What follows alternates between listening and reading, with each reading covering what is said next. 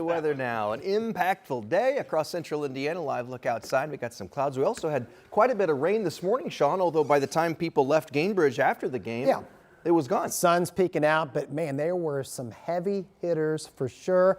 I'm going to show you this map, and some people are going to be like, what the heck are you talking about? Radar rain estimates with ground truth to this. Putnam, parts of Hendricks County with the storm this morning, over 4 inches of rain. At one point, we had a flood advisory.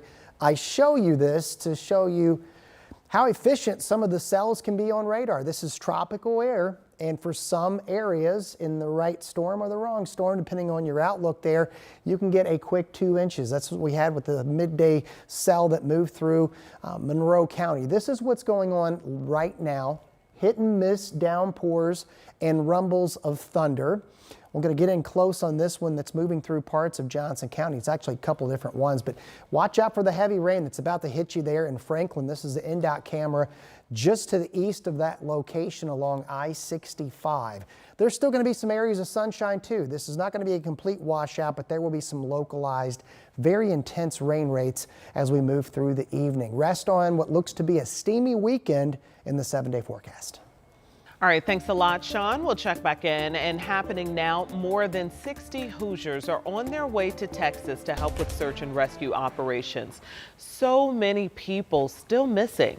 We're talking about children swept away in flash flooding last weekend. And we were there last night as the team loaded up. They got ready to head south. A total of 49 firefighters, paramedics, and police and others have been deployed from 15 local agencies. And we're hoping to catch up with them at some point soon and talk with them about what they're doing, how it's going down there. More than 160 people are still believed to be missing, and at least 115 have died in the floods. Here's Jay Gray with the latest. Good evening, and for the 6th straight day now, search and recovery teams are working through the damage and debris after catastrophic flooding here in the Texas Hill Country. Areas like this along the Guadalupe River, where you see the trees are snapped or pulled from their roots, they are down, and this is the kind of things those crews are facing. And for the 6th straight day here, the death toll is growing. More than 115 lost, more than 170 missing. First responders working around the clock, refusing days off, vowing to continue until everyone is found. The will that comes from empathy. I don't want to ever be in a situation where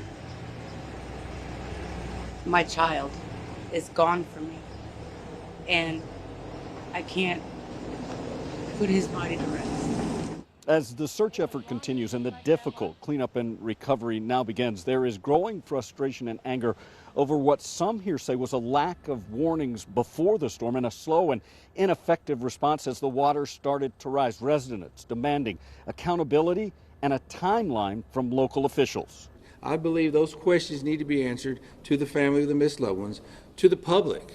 I can't tell you in a week or two, okay? We're going to get them. I'm not trying to deflect them, okay? My primary, I asked you, I've been in this business 36 years. I don't know if any of y'all, or how many of y'all have gave notifications, death notifications. I've done them. What is worse, a death notification or telling somebody I don't know where your loved one was?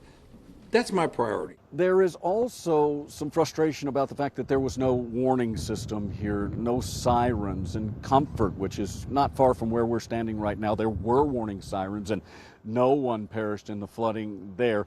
The governor of the state, Greg Abbott, says that the state, pay for a warning system after this tragedy and could have it in as early as next year. That's the latest right now from here in Kirk County.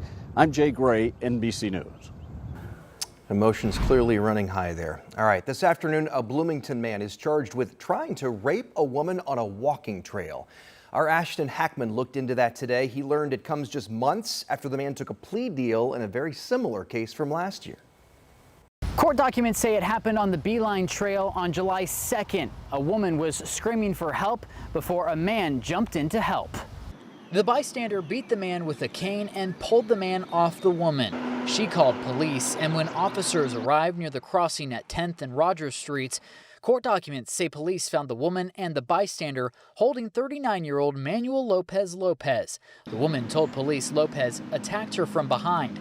Police arrested him, and Lopez was officially charged Tuesday with attempted rape, criminal confinement, and battery resulting in bodily injury. It comes just months after Lopez took a plea deal for a similar attempted rape case from last July. He pled guilty to criminal confinement.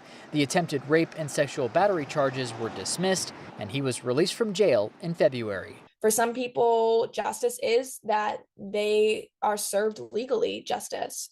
And for other people, justice is that they find peace in themselves, knowing that maybe a higher power will provide justice for them, or maybe they don't need to seek out that justice to heal. Ahead at 5:30, we'll talk to a man who was a bystander in the last attempted rape case and get his reaction on these new charges. In Bloomington, Ashton Hackman, 13 News.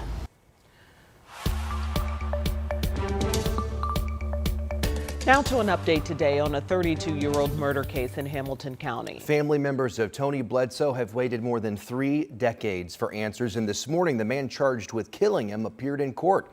Rich Nye was there. He joins us now with what happened. A lot of Bledsoe's family members were there as well. Correct. And so Thomas Anderson Jr. is charged with murder, but he says he only helped get rid of the body and that another man killed Bledsoe. Anderson was in court for less than 10 minutes this morning in Noblesville. His attorney asked for the trial to be pushed back to give him more time to prepare for a case that goes back so far. The jury trial is now scheduled for January 12th. Anderson is being held without bond. 14 of Bledsoe's family members attended the hearing and met briefly with the chief deputy prosecutor after this hearing. Tony Bledsoe went missing in March 16, 1992. He was 24 years old from Arcadia, Indiana. In court records, Anderson told police that another man shot and stabbed Bledsoe at this Noblesville duplex where Anderson lived with Andy Emmert. Anderson says they dismembered Bledsoe's body and dumped him in a ravine in Putnam County. A torso was discovered a month later, but it was not identified as Bledsoe until 2018 after police got a tip from Anderson's nephew. And I want to stress that Andy Emmert is not charged in this case. He worked for the town of Atlanta, Indiana for many years. He was fired after Anderson was charged back in May. State police searched Emmert's home in Atlanta and the town buildings in Atlanta last October. But again, at this time, Emmert hasn't been charged. Okay, so why has he not been charged? So the deputy prosecutor says that they only have the evidence to charge one person right now, but they are asking anyone with information about this case to come forward. I did learn new information today. There was a grand jury investigation in this case, and that might tell us more about Emmert's connection to all this, and I'll delve into that tonight at 5 o'clock. The details are so gruesome and disturbing, and I can't imagine Mr. Bledsoe's family members waiting so long. It's been so long. Yeah. Right, and you could tell by their presence in court today how anxious they are for this to go somewhere finally after so long. All right, we'll see you again at 5. Rich, thank you. Central Indiana is now seeing its first case of measles in decades. This is in Putnam County. The health department there wants to be clear this is not an outbreak. The risk to the public is low. You might remember earlier this year there were 8 cases of measles confirmed up in Allen County in northeast Indiana. Measles cases are at their highest point since the disease was declared eliminated in the U.S. back in 2000. We'll be right back.